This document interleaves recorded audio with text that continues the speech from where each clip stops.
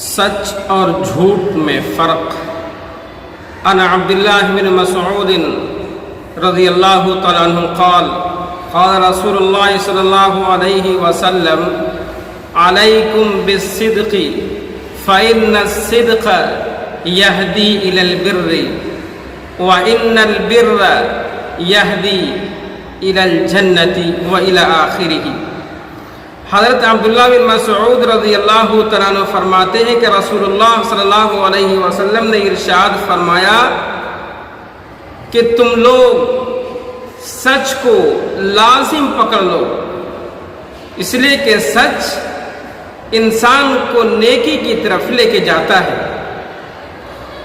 اور نیکی انسان کو جنت کی طرف لے کے جاتی ہے۔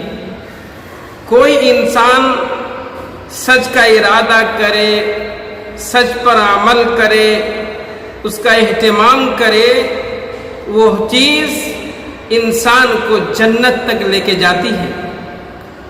اور کوئی انسان جھوٹ بولے اور وہ جھوٹ انسان کو برائی کی طرف لے کے جاتی ہے، شیطان کے راستے کی طرف بلا کر لے کے جاتی ہے، اللہ کے دین سے ہٹا کر کے شیطان کے راستے اور شیطان کے دین کی طرف لے کے جاتی ہے، اور وہ راستہ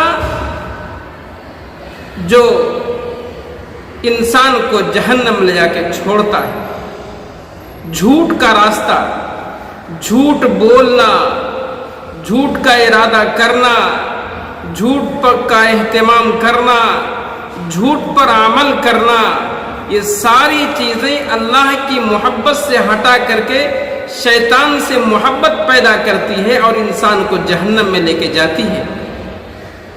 ہم وہ کام کیوں کریں جو کہ ہم کو ہمارے دین سے الگ کر دے، ہمارے بیوی بچوں سے ہم کو الگ کر دے، ہم کو ہمارے خاندان سے الگ کر دے۔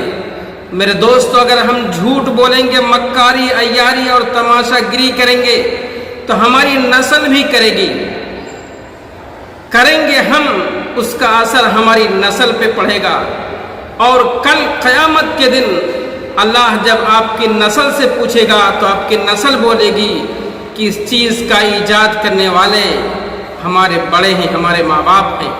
اس لیے خدا را اللہ کے واسطے جھوٹ بولنا بند کیجئے میرے دوستو۔ جھوٹ تھوڑا سا دنیا میں فائدہ دے سکتا ہے، مگر آخرت میں آپ کو کچھ بھی نہیں دے گا۔ ویڈیو اچھی لگے تو لائک، شیئر، سبسکرائب ضرور کریں۔